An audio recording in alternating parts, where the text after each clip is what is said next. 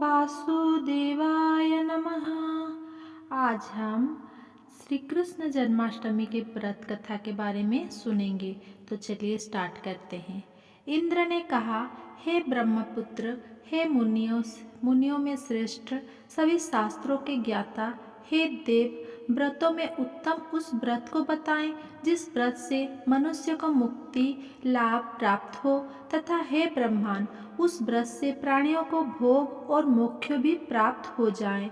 इंद्र की बातें को सुनकर नारद जी ने कहा, त्रेता युग के अंत में और द्वापर युग के आरंभ समय में निंदित कर्म को करने वाला कंस नाम का एक अत्यंत पापी दैत्य हुआ। उस दुष्ट और नीच कर्मी दुराचारी कंस की देवकी नाम की एक सुंदर बहन थी। देवकी के गर्भ से उत्पन्न 8वें पुत्र कंस का वध करेगा। नारद जी की बात सुनकर इंद्र ने कहा, हे महामते, उस दुराचारी कंस की कथा का विस्तार पूर्वक वर्णन कीजिए। क्या ये संभव है कि देवकी के गर्भ से उत्पन्न 8वें पुत्र अपने मामा कंस की हत्या करेगा? इंद्र की संदेह भरी बातों को सुनकर नारद जी ने कहा, हे अदिति पुत्र इंद्र, एक समय की बात है। उस दुष्ट कंस ने एक ज्योतिषी से पूछा कि ब्राह्मणों में श्रेष्ठ ज्योतिर्विद मेरी मृत्यु किस प्रकार और किसके द्वारा होगी। ज्योतिषी बोले, हे दानवों में श्रेष्ठ कंस, वसुदेव की धर्मपत्नी देवकी जो बाकपदु है और आपकी बहन भी है, उसी के गर्भ से उत्पन्न उसका 8वां पुत्र, जो कि शत्रुओं को भी पराजित कर इस संसार में कृष्ण के नाम से विख्यात होगा, वही एक समय सूर्योदय काल में आपका वध करेगा। ज्योतिषी की बातें सुनकर कंस ने कहा, हे देवज, बुद्धिमानों में अग्रणियों, अब आप यह बताएं कि देवकी का 8वां पुत्र किस मास में किस दिन मेरा वध करेगा। ज्योतिषी बोले, हे महाराज, माघ मास की शुक्ल पक्ष की तिथि को 16 कलाओं से पूर्ण श्री कृष्ण ने आपका युद्ध होगा। उसी युद्ध में आपका वध करेंगे। इसीलिए वे महाराज, आप अपनी रक्षा यत्न पूर्वक करें। इतना बताने के पश्चात नारद जी ने इंद्र से कहा, ज्योतिषी द्वारा बताए गए समय पर ही कंस की मृत्यु कंस के हाथ निस्संदेह होगी, कृष्ण के हाथ निस्संदेह होगी।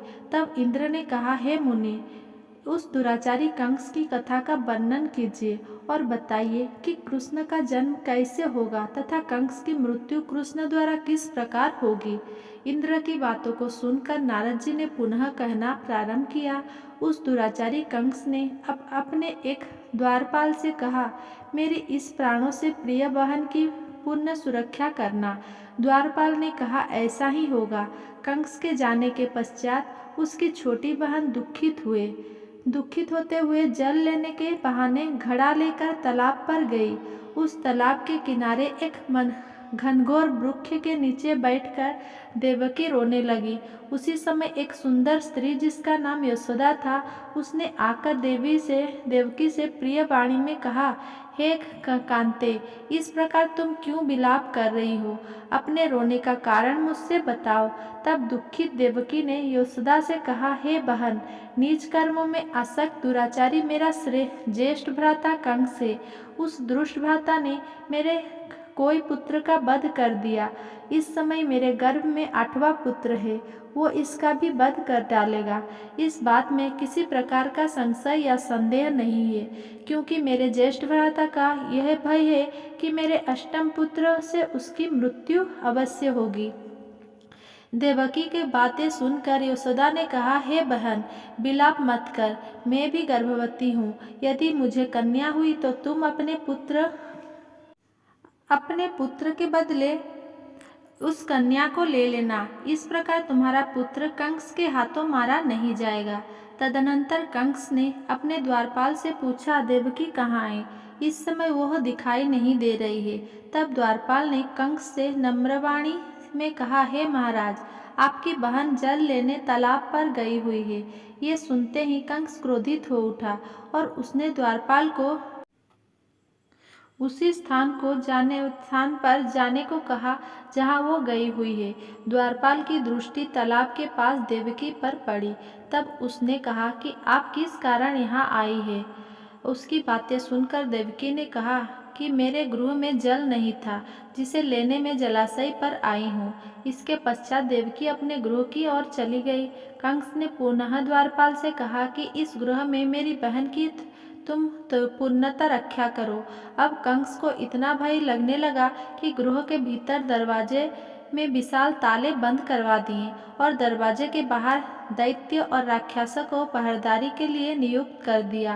कंस हर प्रकार से अपने प्राणों को बचाने के प्रयास कर रहा था। एक समय सिंह राशि सिंह के सूर्य में आकाश मंडल में जलाधारी मेघों ने अपना प्रभुत्व स्थापित किया। भाद्रव मास की कृष्ण पक्ष की अष्टमी तिथि को घनघोर अर्धरात्रि थी। उस समय चंद्रमा भी वृष राशि में था। रोहिणी नक्षत्र बुधवार के दिन सौभाग्य योग से संयुक्त चंद्रमा के आधी रात में उदय होने पर आधी रात के उत्तर एक घड़ी जब हो जाए तो श्रुति स्मृति पुराणों तक फल निसंदेह प्राप्त होता है। इस प्रकार बताते हुए नारद जी ने इंद्र से कहा, ऐसे विजय नामक शुभ मुहूर्त में श्री कृष्ण का जन्म हुआ और श्री कृष्ण के प्रभाव से ही उसी क्षण बंदी गृह के दरवाजे स्वयं खुल गए। द्वार पर पहरा देने वाले पहरेदार राक्षस सभी मूर्छित हो गए।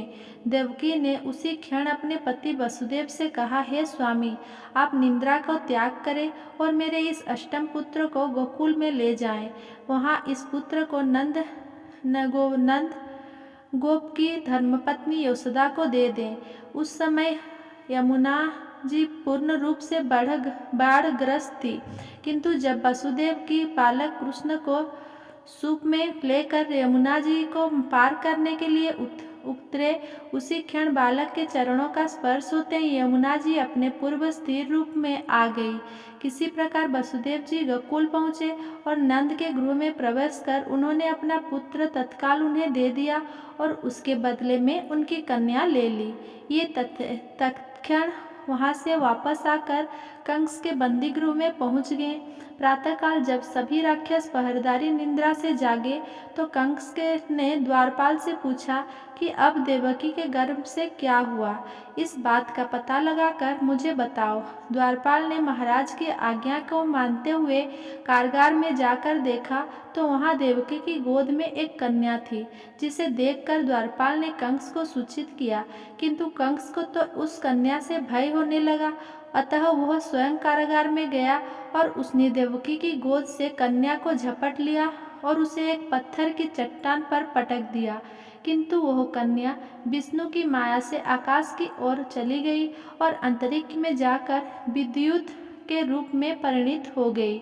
उसने कंस से कहा कि हे दुष्ट, तुझे मारने वाला गोकुल में नंद के गृह में उत्पन्न हो चुका है और उसी से तेरी मृत्यु सुनिश्चित है।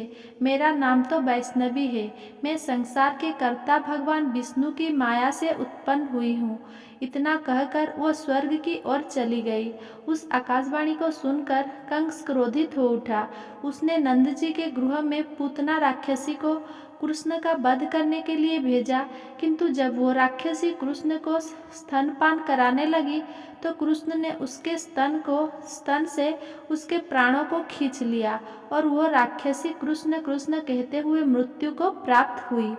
जब कंस को पूतना की मृत्यु का समाचार प्राप्त हुआ तो उसने कृष्ण का वध करने के लिए क्रमश केसी नामक दैत्य को अश्व के रूप में, उसके पश्चात अरिष्ट नामक दैत्य को बैल के रूप में भेजा, किंतु ये दोनों भी कृष्ण के हाथों मृत्यु को प्राप्त हुए। इसके पश्चात कंस ने कालाख्य नामक दैत्य को कैबे के रूप में भेजा, किंतु वह भी कृष्ण के हाथों मारा गया। अपने बलवान राक्षस की मृत्यु के आघात से कंस अत्यधिक भयभीत हो गया। उसने द्वारपाल को आज्ञा दी कि नंद को तत्काल मेरे समक्ष उपस्थित करो। द्वारपाल नंद को लेकर जब उपस्थित हुए तब कंस ने नंद जी से कहा कि यदि तुम्हें अपने प्राणों को बचाना है तो पारिजात के पुष्प ले आओ, यदि तुम नहीं ला पाए तो तुम्हारा वध निश्चित है। कंस की बातों को सुनकर नंद ने ऐसा ही होगा कहा और अपने गृह की ओर चले गए। घर आकर उन्होंने संपूर्ण वृत्तांत अपनी पत्नी यशोदा को सुनाया, जिसे श्री कृष्ण भी सुन रहे थे। एक दिन श्री कृष्ण अपने मित्रों के साथ यमुना नदी के किनारे खेल रहे थे। पत्नी यशोदा को खेल रहे थे और अचानक स्वयं ने ही गेंद को यमुना में फेंक दिया। यमुना में गेंद फेंकने का मुख्य उद्देश्य यही था कि वे किसी प्रकार परिजात पुष्प को ले आए। अतः वे कदम के वृक्ष पर चढ़कर यमुना में कूद पड़े। कृष्ण के यमुना में कूदने का समाचार श्रीधर नामक गोपाल के यशोदा को सुनाया। ये सुनकर यशोदा भागती हुई यमुना नदी के किनारे आ पहुंची और उसने यमुना नदी की प्रार्थना करते हुए कहा, हे यमुना, यदि मैं बालक को देखूंगी तो भाद्रपद मास की रोहिणी युक्त अष्टमी का व्रत अवश्य करूंगी, क्योंकि दया, दान, सज्जन प्राणी, ब्राह्मण कुल में जन्म, रोहिणी युक्त अष्टमी, गंगा जल एकादशी, गया श्राद्ध और रोहिणी व्रत ये सभी दुर्लभ है। हजारे अश्वमेध यज्ञ, सहस्र राजसूत्र यज्ञ, दान, तीर्थ और व्रत करने से जो फल प्राप्त होता है वो सब कृष्णाष्टमी के व्रत को करने से प्राप्त हो जाता है। ये बात नारद ऋषि ने इंद्र से कही। इंद्र ने कहा, हे मुनियों में श्रेष्ठ नारद, यमुना नदी में कूदने के बाद उस बाल रूपी कृष्ण ने पाताल में जाकर क्या किया, ये संपूर्ण वृत्तांत भी बताए। नारद ने कहा, हे इंद्र, पाताल में उस बालक से नागराज की पत्नी ने कहा कि तुम यहाँ क्या कर रहे हो, कहाँ से आए हो और यहाँ आने का क्या प्रयोजन है।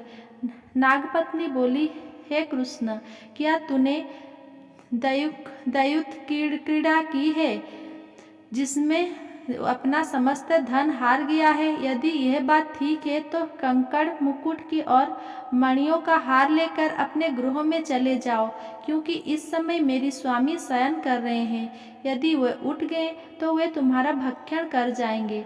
नागपत्नी की बातें सुनकर कृष्ण ने, हे कांते, मैं किस प्रयोजन से यहाँ आया हूँ, ये वृत्तांत मैं तुम्हें बताता हूँ। समझ लो, मैं काकलिया नाग के मस्तक को कंस के साथ दैत्य में हार चुका हूँ और वही लेने मैं यहाँ आया हूँ। बालक कृष्ण की इस बात को सुनकर नागपत्नी अत्यंत क्रोधित हो उठी और अपने सोए हुए पति को उठाते हुए उसने कहा, हे स्वामी, आपके घर यह शत्रु आया है, अतः आप इसका हनन कीजिए। अपनी स्वामिनी की बातें सुनकर कलिया नाग की निद्रावस्था से जाग पड़ा और बालक कृष्ण से युद्ध करने लगा। इस युद्ध में कृष्ण को मूर्छा आ गई। उसी मूर्छा को दूर करने के लिए उन्होंने गरुड़ का स्मरण किया। स्मरण होते ही गरुड़ वहां आ गए। श्री कृष्ण अब गरुड़ पर चढ़कर कालिया नाग से युद्ध करने लगे और उन्होंने कालिया नाग को युद्ध में पराजित कर दिया। अब कालिया नाग ने भली भांति जान लिया था कि मैं जिनसे युद्ध कर रहा हूँ वे भगवान विष्णु के अवतार श्री कृष्ण ही है। अतः उन्होंने कृष्ण के चरणों में साष्टांग प्रणाम किया और परिजात से उत्पन्न बहुत से पुष्पों को मुकुट में रखकर कृष्ण को भेंट किया। जब कृष्ण चलने को हुए तब कल्याणा की पत्नी ने कहा, हे स्वामी, मैं कृष्ण को नहीं जान पाई। हे जनार्दन, मंत्र रहित, क्रिया रहित, भक्ति भाव रहित मेरी रक्षा कीजिए। हे प्रभु, मेरे स्वामी मुझे वापस दे दे। तब श्री कृष्ण ने कहा, हे सर्पिणी, दैत्यों में जो सबसे बलवान है उस कंस के सामने मैं तेरे पति को ले जाकर छोड़ दूंगा, अन्यथा तुम अपने गृह को चली जाओ। अब श्री कृष्ण कल्याणा के फन पर नृत्य करते हुए यमुना के ऊपर आ गए। तदनंतर कलिया की फुंकार से तीनों लोग कंपायमान हो गए। अब कृष्ण कंस की मथुरा नगरी को चल दिए। वहाँ का कमल पुष्प को देखकर यमुना के मध्य जलाशय में वो कालिया सर्प भी चला गया। इधर कंस भी विस्मित हो गया तथा कृष्ण प्रसन्नचित होकर गोकुल को लौट आए। उनके गोकुल आने पर उनकी माता यशोदा ने विभिन्न प्रकार के उत्सव किए। अब इंद्र ने नारद जी से पूछा, हे महामुने, संसार के प्राणी बालक श्री कृष्ण के आने पर अत्यधिक आनंदित हुए। आखिर श्री कृष्ण ने क्या क्या चरित्र किया, वो सभी आप मुझे बताने की कृपा करें। नारद ने इंद्र से कहा, मन को हरने वाले मथुरा नगर यमुना नदी के दक्षिण भाग में स्थित भाई रहता था। उस चाणूर ने श्री कृष्ण के मल्ल युद्ध की घोषणा की गई। हे इंद्र, कृष्ण एवं चाणूर का मल्ल युद्ध अत्यंत आश्चर्यजनक था। चाणूर की अपेक्षा कृष्ण बाल रूप में थे। भेरी शंख और मृदंग के शब्द के साथ कंस और केसी इस युद्ध को मथुरा की जनसभा के मध्य में देख रहे थे। श्री कृष्ण ने अपने पैरों को चाणूर के गले में फंसाकर उसका वध कर दिया। चाणूर की मृत्यु के पश्चात उनका मल्ल युद्ध केसी के साथ हुआ। अंत में केसी भी युद्ध में कृष्ण के द्वारा मारा गया। केसी के मृत्यु पर्यंत मल्ल युद्ध देख रहे सभी प्राणी श्री कृष्ण की जय जयकार करने लगे। बालक कृष्ण द्वारा चाणूर और केसी का वध होना कंस के लिए अत्यंत हृदय विदारक था। अतः उसने सैनिकों को बुलाकर उन्हें आज्ञा दी कि तुम सभी अस्त्र शस्त्र से सुसज्जित होकर कृष्ण से युद्ध करो। हे इंद्र, उसी क्षण श्री कृष्ण ने गरुड़, बलराम तथा सुदर्शन चक्र का ध्यान किया, जिसके परिणाम स्वरूप बलदेव जी सुदर्शन चक्र लेकर गरुड़ पर आरूढ़ होकर आए। उन्हें आता देख बालक कृष्ण ने सुदर्शन चक्र को उनसे लेकर स्वयं गरुड़ की पीठ पर बैठकर ना जाने कितने ही राक्षसों और दैत्यों का वध कर दिया, कितने को शरीर अंग भंग कर दिए। इस युद्ध में श्री कृष्ण और बलदेव ने असंख्य दैत्यों का वध किया। बलराम जी ने अपने आयुष शस्त्र हल से और कृष्ण ने सुदर्शन चक्र से माघ मास की शुक्ल पक्ष की सप्तमी को विशाल दैत्य के समूह का सर्वनाश किया।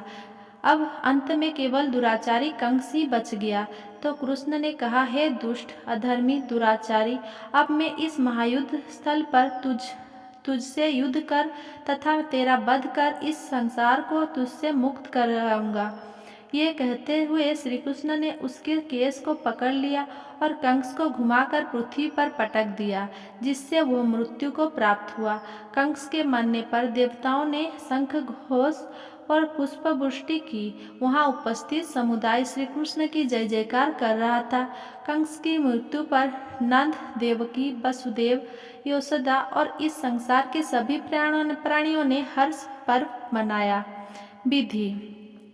इस कथा को सुनने के पश्चात इंद्र ने नारद जी से कहा, हे ऋषि, इस कृष्ण जन्माष्टमी का पुण्य विधान बताएं एवं इसके करने से क्या पुण्य प्राप्त होता है,